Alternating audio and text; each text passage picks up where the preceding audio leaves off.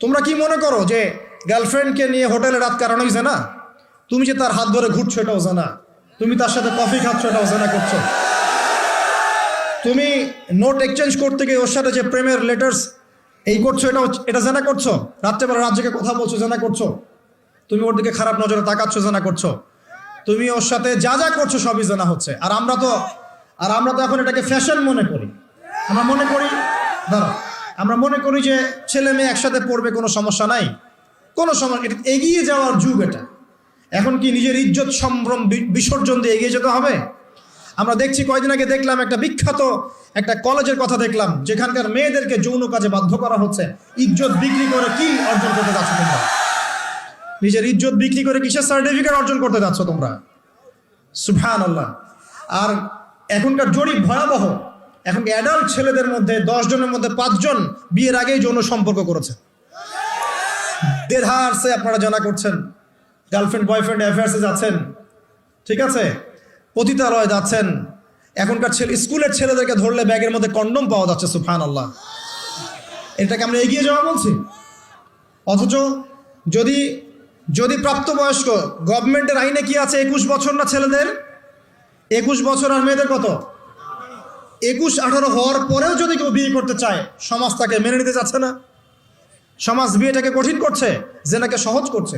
যত বেশি বিয়েকে কঠিন করবেন জেনা তত বাড়তে থাকবে। আর বিয়ের সময় দেখা যায়, মনে হয় যে মেয়ের বাবা মেয়েকে বিক্রি করছে, আর ছেলের বাবা হচ্ছে একটা মেয়ে কিনছে। মেয়ে বিক্রি করার সময় মোহর দিচ্ছে 10 লাখ, 15-20 লাখ, ম্যাডাম মেয়েটাকে বিক্রি করা হচ্ছে। আর ছেলে যে যৌতুক নিবে এবারে নিচ্ছে 10 লাখ 20 লাখ যৌতুক নিচ্ছে এখান থেকে। তো এই যে একটা জাহেলিয়াত চলছে, মানে আইয়ামে জাহেলিয়াত কোথায়? আইয়ামে জাহেলিয়াত তো এখানেই। আমি তো চোখে দেখি এই বিশ্বটা আইয়ামে জাহেলিয়াতের যুগ। কে বলেছে যে আবু জাহেলের যুগটাই আইয়ামে জাহেলিয়াত ছিল? আইয়ামে জাহেলিয়াতের শিরক ছিল, এখনকার বিশ্বে রন্ধ্রে রন্ধ্রে শিরক আছে।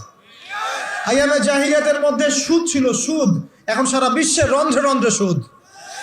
আইয়ামে জাহিলিয়াতে মাদক ছিল, মাদক, এখনকার দেখেন এই যে বর্ডার এলাকা না, এগুলা দেখবেন বর্ডার এলাকায় মাদক দিয়ে ভর্তি। শুধু এখানকার সমস্যা না, যে কোনো জায়গার বর্ডারেই সমস্যা। মাদক দ্রব্য খাচ্ছে মুসলিমরাই, সে জানে না একবার মাদক দ্রব্য সেবন করলে 40 দিন নামাজ কবুল হয় না। কেউ যদি মাদক দ্রব্য সেবন করে এবং এই অবস্থায় সে মৃত্যুবরণ করে, রাসূলুল্লাহ সাল্লাল্লাহু আলাইহি ওয়াসাল্লাম বলেছেন তাকে আল্লাহ পাক তিনাতুল খাবাল পান করাবে। সাহাবীরা জিজ্ঞাসা করছেন, তিনাতুল খাবাল কি ইয়া রাসূলুল্লাহ? নবীজি বলছেন, এটা জাহান্নামীদের রক্ত, মাংস, পুজের একটা মিশ্রণ, একটা পানীয়। আমরা কি খেতে চাই? আজকে থেকে তওবা করবেন, কোন রকম মাদক দ্রব্যের সাথে সংশ্লিষ্ট থাকবেন। আল্লাহ পাক হেফাজত করুন, আমিন। আইয়ামে জাহিলিয়াতে মাদক ছিল, এখনো সেটা আছে। গোত্রীয় হানাহানি ছিল, এখনো আছে। আইয়ামে জাহিলিয়াতে নারীর অবমাননা ছিল, এখন অলিতে গলিতে নারীর অবমাননা হচ্ছে।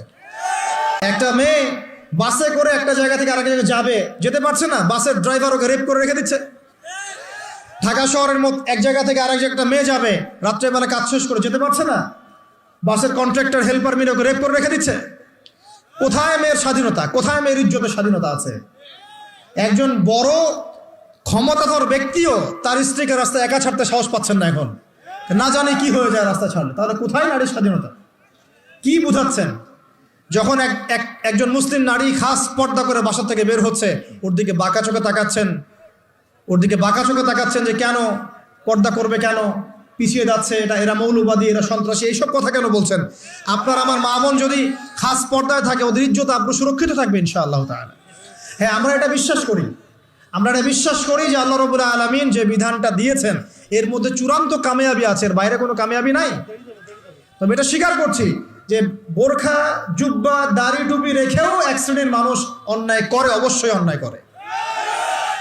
কিছু মানুষের অন্যায়ের কারণে পুরো ইসলামকে কলুষিত করতে হবে কেন? আমি স্বীকার করছি যে বোরখা পরেও কিছু মানুষ খারাপ কাজ করে। আমি স্বীকার করছি দাড়ি টুপি পাগড়ি জুব্বা নিয়েও মানুষ খারাপ কাজ করে না? কিছু মানুষের খারাপ কাজের কারণে কি আমরা পুরো ইসলামটাকে কলুষিত করব নাকি? আল্লাহ পাক বিধান দিয়েছেন পর্দার, প্রিয় মা বোন পর্দা অবশ্যই করবেন। আপনার পোশাকটা এমন হবে না যে পোশাকটা পরেও আপনার দেহের কাঠামো বোঝা যায়, এটা চলবে না। আপনার পোশাকটা এমন হবে না যে পোশাকটা পরলে বাহির থেকে ভিতরের অঙ্গ প্রত্যঙ্গ দেখা যায়। আপনার পোশাক এমন হবে না যে পোশাকটা পুরুষের পোশাকের সাথে সাদৃশ্য আছে।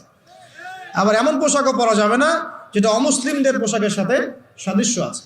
আপনার দিন আপনার জন্য, তাদের দিন তাদের জন্য।